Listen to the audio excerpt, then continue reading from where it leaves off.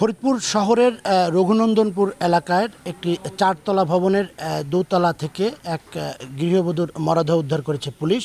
স্থানীয় এলাকাবাসীর সাথে কথা বলে যেটা জানা গেছে যে মিরাজ এবং মিম এরা কিন্তু এই যে জলিল মিয়ার যে রঘুনন্দনপুরের যে চারতলা বাসভবন, এখানে কিন্তু গত 6 মাস আগে তারা এই বাসা ভাড়া নেন এবং এই মিম পার্লারে কাজ করতেন এবং এই মিরাজ একটি মুদি দোকান রয়েছে তার, এই দিয়ে কিন্তু তারা জীবিকা নির্বাহ করতেন এবং গতকালকে তাদের মধ্যে একটা ঝামেলা হয় এবং এই যে ধস্তাধস্তি বা ওখানে কিছু শব্দ কিন্তু নিচের যে বাসিন্দারা রয়েছেন তারা কিন্তু এমনটি শুনতে পেরেছেন। কিন্তু আজকে সকালে মিরাজ এই বাসা থেকে বের হয়ে যায় এবং এরপর থেকে কিন্তু তাকে আর মোবাইল ফোনে পাওয়া যায়নি। পরবর্তীতে সে তার স্বজন দুটো ছেলেকে এখানে পাঠায় এবং পাঠানোর পরে ওই রুমে প্রবেশ করে মালিকের স্ত্রী সহ, এবং তারা প্রবেশ করার পরেই কিন্তু দেখতে পারে যে ওইখানে এই মিম আক্তারের মরদেহ পড়ে রয়েছে। দুটো ছেলে এসে নিচে ওনাদের দরজা খুলে দিতে বলছে।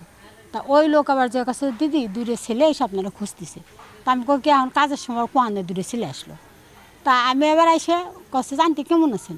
তা আমি কই বাজান আমি তো তোমাকে চিনি না, তোমরা কারা? কয় কি অমুক কি একটা নাম জন্য বললো, অমুক নামে কি আপনার উপরে কোনো ভাড়া থাকে? আমি কই কি যে না, ওই নাম না, মিম নামে একটা মেয়ে থাকে আর মিরাজ নামে একটা ছেলে থাকে, এই দুইজনই থাকে। তারা তো বাসায় নেই, কয় কি জানা গেটটা খোলেন আমরা একটু বাসায় যাবো। আমি কই কি যে তোমরা বাসায় ঢুকে কী করবা, তারা তো বাসায় নেই। পরে হলো মিরাজটা ফোন দিছে, ওই ছেলেদের মোবাইল দিয়ে ফোন দিয়ে ধরাই দিচ্ছে যে আপনি কথা বলেন। তা আমি কইছি মিরাজ তুই কোন জায়গা? কয় কি আমি বাইরে আছি, গেটটা একটু খুলে দেন আন্টি। তা আমি কই কি যে গেটটা খুলে দেবো, তুই বাইরে গেট খুলবো কিনিকা? কয় কি যে মিম আছে বাসায়। তা আমি যাই আবার ওদের পিছিয়ে দাঁড়াইছি, দাঁড়ায় দেখি যে পানি কেদা ইট পাট খেয়াল বিধিকিস্ত অবস্থা।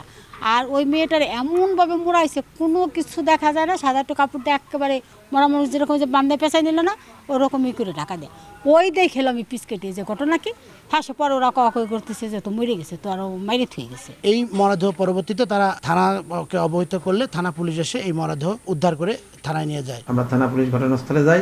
ঘটনাস্থলে গিয়ে ওই মেঝের উপর পড়ে থাকা যে লাশ, মিমের লাশটা আমরা উদ্ধার করে বিধি মোতাবেক সুরক্ষা করে মৃত্যুর কারণ নির্ণয়ের জন্য আমরা হাসপাতাল ফরিদপুর মেডিকেল কলেজ মর্গে প্রেরণ করেছি। ময়নাতদন্ত রিপোর্ট পাওয়া গেলে এই হত্যার নাকি আত্মহত্যা, এই মৃত্যুর কারণটা আর কি মূল রহস্যটা উদ্ঘাটিত হবে। হত্যা নাকি আত্মহত্যা এই বিষয়টি নিয়ে ইতিমধ্যে কাজ শুরু করেছে পুলিশ, তবে ময়নাতদন্ত রিপোর্ট আসলেই আসলে জানা যাবে তার রহস্য, এমনটি জানিয়েছেন থানার ভারপ্রাপ্ত কর্মকর্তা।